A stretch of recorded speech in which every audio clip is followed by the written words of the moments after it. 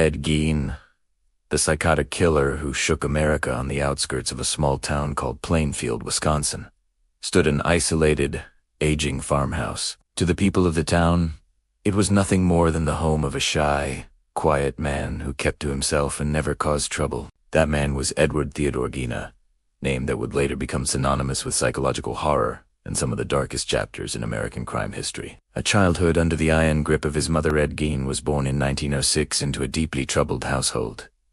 His father was an alcoholic with no authority, but his mother, Augusta Gein, was a strict, domineering, and intensely religious woman who believed the world was filled with sin, and that women were the root of all corruption. From a very young age, she controlled every detail of Ed's life.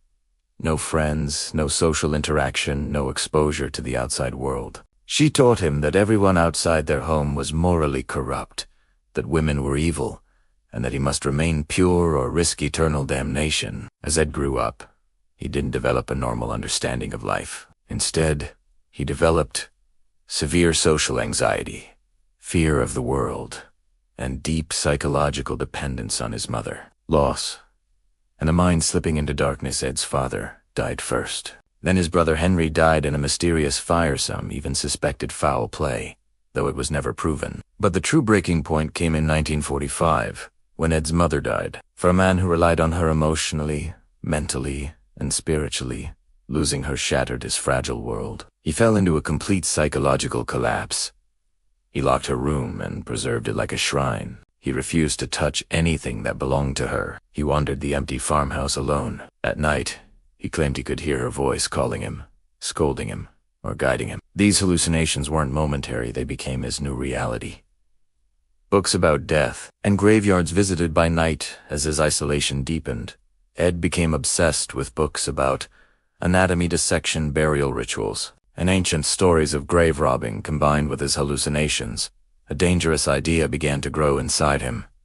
He believed he could bring his mother back physically. Under the weight of his delusions, Ed started sneaking into local graveyards at night. He dug up the bodies of women who resembled his mother in age and appearance. He removed certain parts and brought them home, believing he could rebuild her. These acts were driven not by cruelty but by severe psychosis, specifically schizoaffective psychosis, a condition where a person loses the ability to distinguish between reality and hallucination. The day his secret was exposed.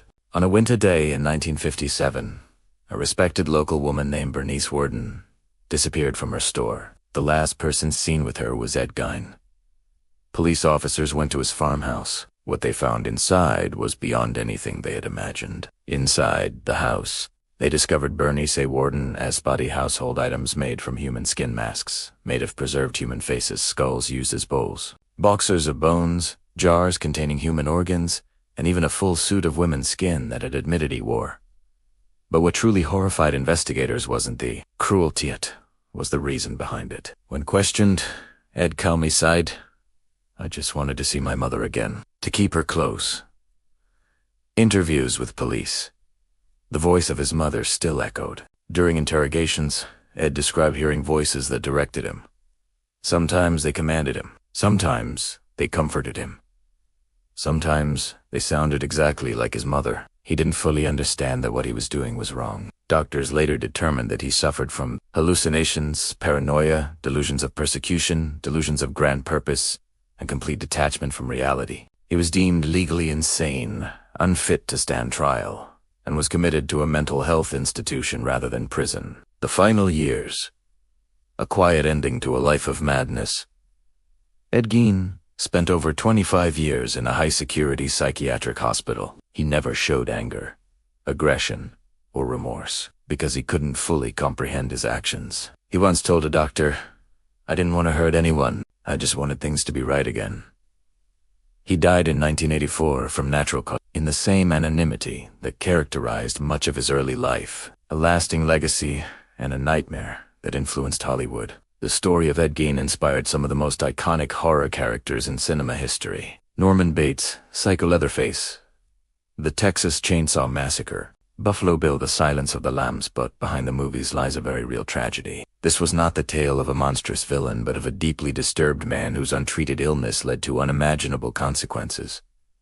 A story of a mind that broke and plunged into darkness without ever finding its way back. And now, we've reached the end of today's case. Thank you for watching, and don't forget to subscribe to the channel. This is SO with Habib. See you in the next crime story.